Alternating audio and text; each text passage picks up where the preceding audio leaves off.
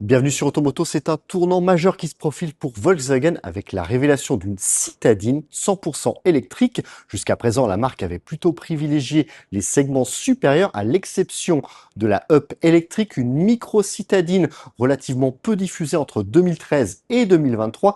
Cette fois-ci, Volkswagen voit beaucoup plus grand et pour rassurer la clientèle encore réfractaire au tout électrique, eh bien, elle bouleverse sa nomenclature.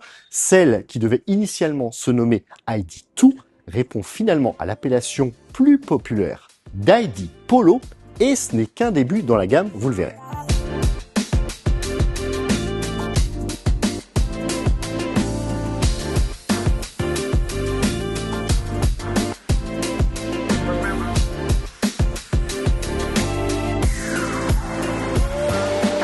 Le constructeur espère ainsi ajouter progressivement un supplément d'âme à ces modèles vertueux en convoquant ces dénominations historiques, autrement plus populaires que le simple numéro. Une ID Golf est d'ores et déjà promise avant la fin de cette décennie en lieu et place de l'ID3 à titre d'exemple. Ce retour aux sources se veut également stylistique en délaissant les silhouettes futuristes, jugées trop disruptives des premières représentantes de la gamme ID. La nouvelle Polo électrique affiche un profil relativement classique, proche de son alter ego thermique lancé en 2017, lequel maintiendra son offre au catalogue en parallèle durant les prochaines années, tout en bénéficiant d'un second restylage a priori. En attendant, l'ID Polo n'hésite pas à exploiter certains gimmicks esthétiques de l'emblématique Golf pour rassurer, tels les épais piliers séparant la lunette arrière des ouvrants de second rang, des portières témoins de la seule fantaisie que semble s'être autorisé le designer, la poignée d'ouverture logée dans leur montant.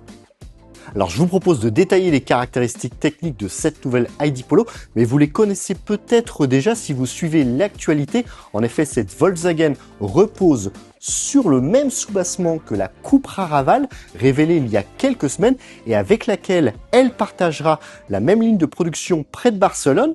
Ces deux modèles, ils inaugurent la toute nouvelle plateforme MEB+, qui sera aussi allouée à deux SUV du groupe Volkswagen, le Skoda Epic et le Volkswagen ID Cross, légèrement plus long que cet ID Polo.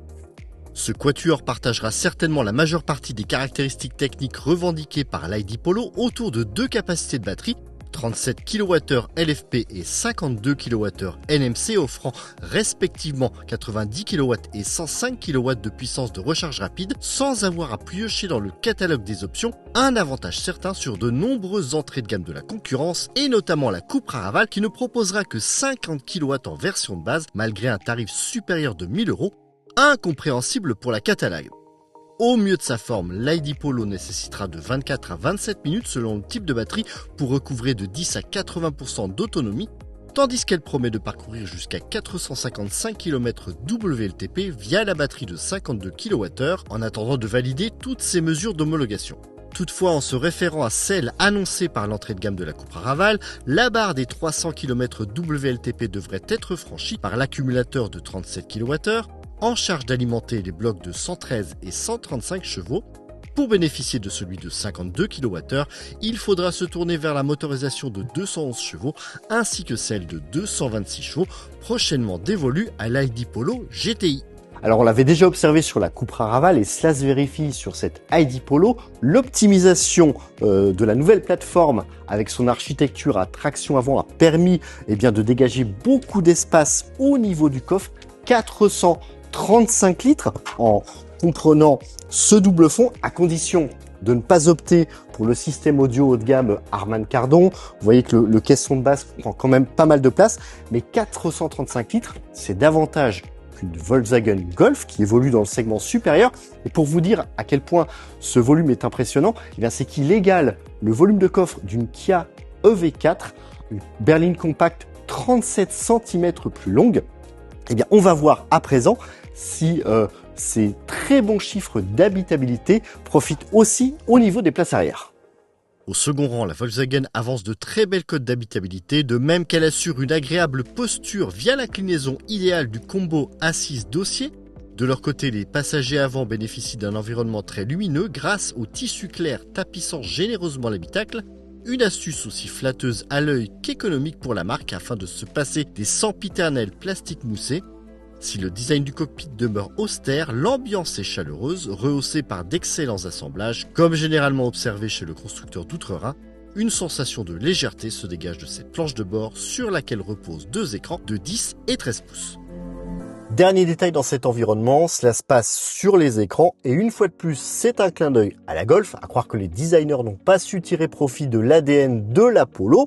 Alors cela se traduit par la possibilité d'afficher des cadrans au style rétro, inspiré de la première génération de Golf restylé, je précise. Alors à gauche, on retrouve un tachymètre dont l'aiguille tourne autour d'une cible. On a aussi deux totalisateurs kilométriques, un total, l'autre partiel. Il manque juste la petite tirette pour le remettre à zéro, comme sur les anciennes voitures.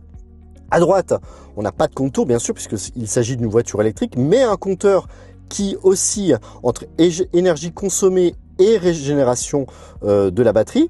Sur l'écran central, on a l'indicateur de recharge qui ressemble à une bonne vieille jauge à essence, donc ça c'est très sympa aussi. Et pour tout ce qui est médias, radio ou streaming, eh bien tout est symbolisé par ce faux lecteur de cassette. Alors franchement, on adore, mais est-ce que c'est pas un petit peu too much par rapport à l'environnement résolument moderne de la planche de bord et du style extérieur?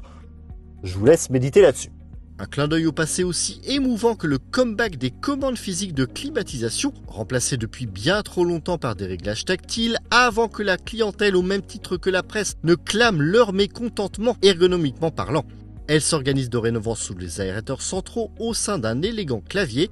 Un bonheur ne revenant jamais seul, louons également la réintroduction d'un contrôleur rotatif dédié au volume sonore, tombant idéalement sous la main malgré son relatif isolement au sein de la console centrale. Un tunnel qui fourmille de rangements au passage. Enfin, à l'instar des plus récentes productions de la marque, le volant se constelle de bons vieux boutons pression en lieu et place des irritables touches haptiques ayant trop longtemps sévi à bord des Volkswagen. Définitivement, cette nouvelle Polo s'efforce de cultiver les codes des voitures thermiques telles des madeleines de Proust pour convertir les plus récalcitrants à l'électrique. Vous mourrez d'envie de connaître les tarifs de cette nouvelle ID Polo. Pour le moment, seule l'entrée de gamme a été révélée, 24 990 € hors bonus. Mais rassurez-vous, elle y aura bien droit puisqu'elle sera fabriquée en Espagne. Alors 24 990 €, c'est le tarif de l'entrée de gamme de la Renault 5 électrique. Mais la française devrait se méfier car à ce tarif, l'ID Polo se montre plus habitable, plus puissante, plus autonome et dotée d'une charge rapide de 90 kW de série. Alors on conseille à Renault de revoir sa copie très rapidement et de proposer à minima la charge rapide de série.